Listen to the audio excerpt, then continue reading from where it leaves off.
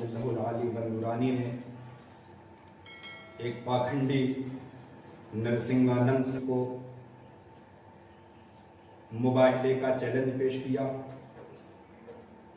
آگ میں کودنے کا، آگ میں جانے کا مباہلے کا چیلنج پیش کیا ہے، اور اس پاکھنڈی نے اس چیلنج کو قبول بھی کر لیا ہے۔ اس مسئلے کو لے کر پورے ہندوستان بھر میں چرچا مچی ہوئی ہے۔ بہت سے ہمارے علماء مفتی سلمان اظہری دامت ظلہ العالی والنورانی کے چیلنج کو سراہ رہے ہیں اور کچھ اس کے برخلاف ہیں۔ بہرکیف میں اس پر تبصرہ نہیں کروں گا جو لوگ اس کے خلاف ہیں۔ میں یہی کہوں گا کہ مفتی سلمان اظہری صاحب نے جو بھی کیا وہ مذہب اسلام کی سچائی کے لیے، مذہب اسلام کی حقانیت کے لیے کیا ہے، اور انشاءاللہ العزیز وہ اس میں ضرور کامیاب ہوں گے۔ اور مفتی سلمان اظہری دامت ظلہ العالی والنورانی نے یہ کوئی نیا طریقہ، نئی ایجاد نہیں کی، بلکہ مفتی سلمان اظہری دامت ظلہ العالی والنورانی ایک اپنے وقت کے بہترین عالم دین ہیں، اپنے وقت کے بہترین مفتی ہیں۔ وہ اسلام کی تاریخ، اسلام کی سچائی کو بخوبی جانتے ہیں۔ تاریخ کے ابواب، تاریخ کے اوراق ان کی نگاہوں کے سامنے ہیں۔ بہرکیف میں آئیے تفصیل میں نہ جا کر کے اسی تعلق سے ایک واقعہ آپ کی گوشے گزار کروں۔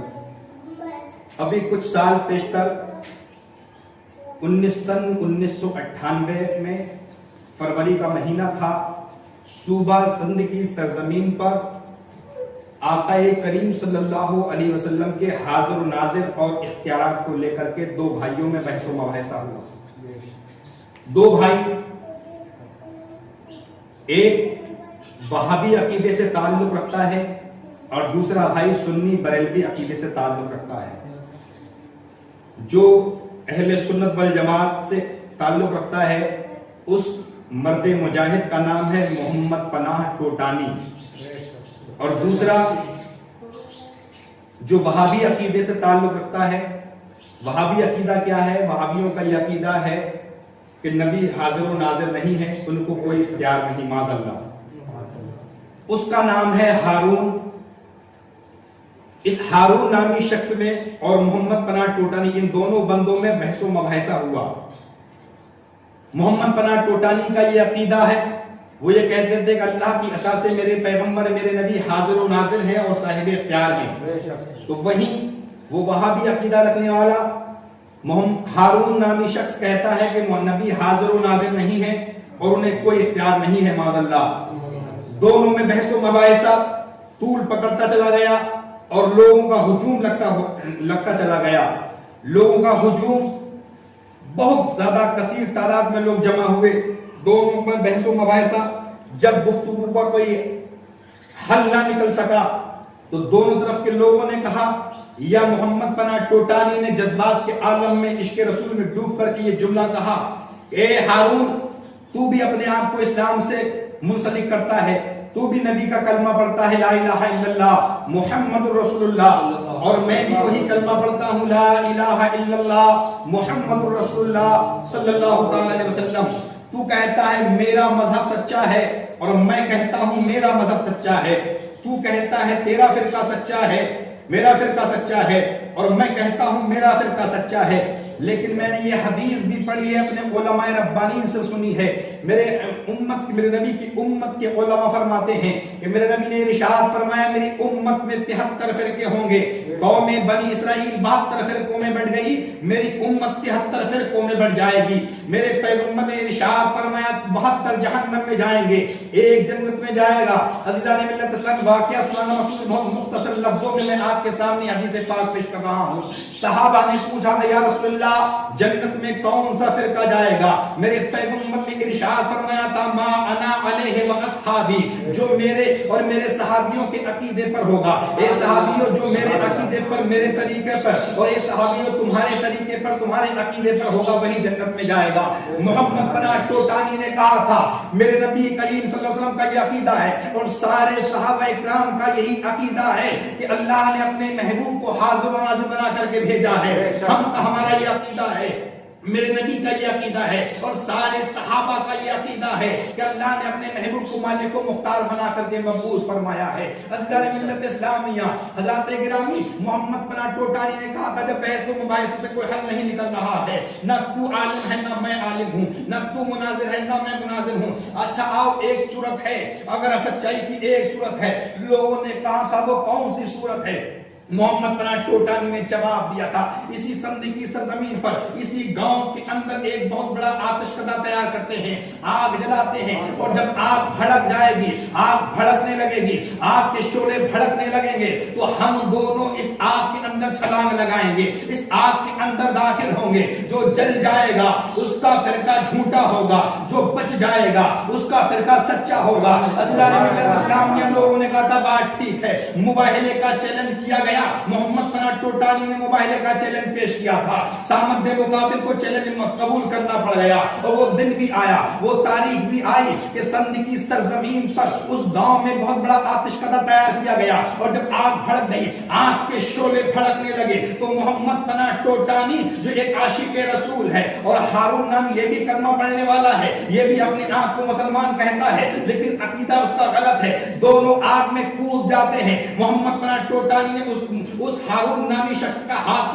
پکڑا اور آگ کے اندر چھلانگ لگا دیتے ہیں۔ اللہ اکبر کبیرہ۔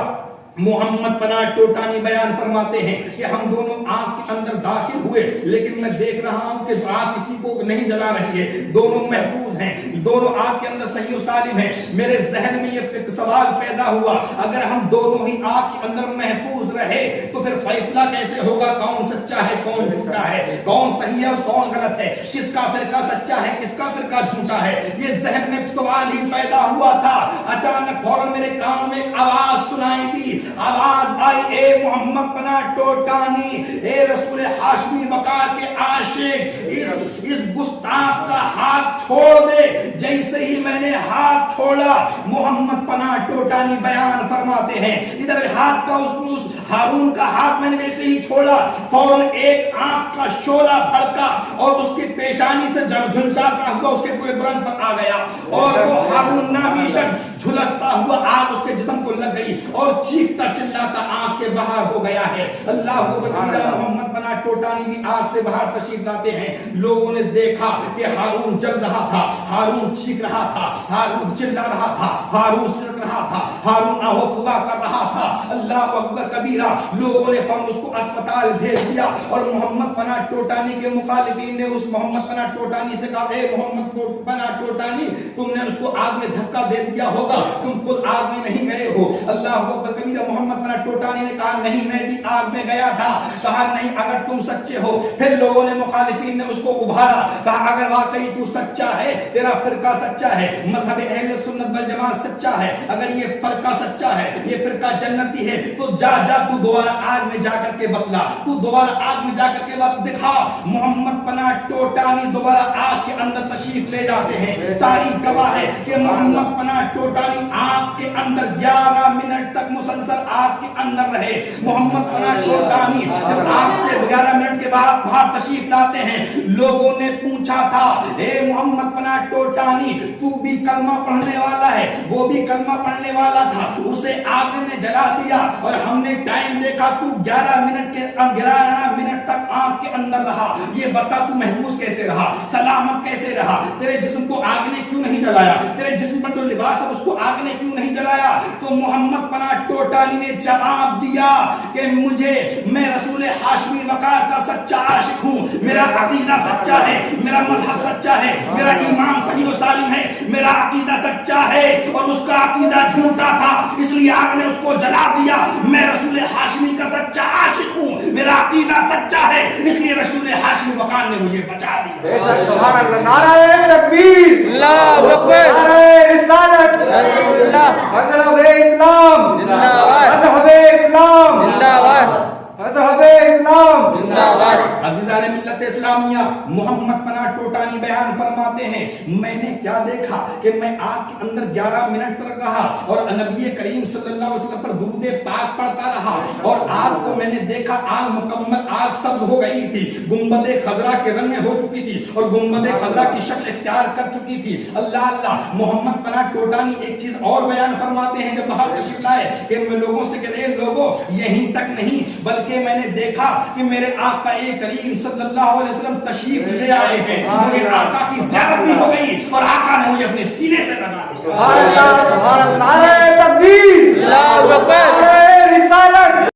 اسی واقعے کو دیکھ کر کے عشق و محبت کے تاجدار سیدی سرکار اعلیٰ حضرت کا یہ شعر ذہن میں گردش کرنے لگتا ہے۔ عالم خود بھی فرماتے ہیں اے عشق تیرے صدقے جننے سے چھٹے سستے، اے عشق تیرے صدقے جننے سے چھٹے سستے۔ اسلامیہ اور کلندر لاہوری عاشق رسول ڈاکٹر اقبال نے کیا خوب کہا تھا، آج بھی ہو جو براہیم سا ایمان پیدا، آج بھی ہو جو براہیم سا ایمان پیدا، آج کر سکتی ہے وہ اندازے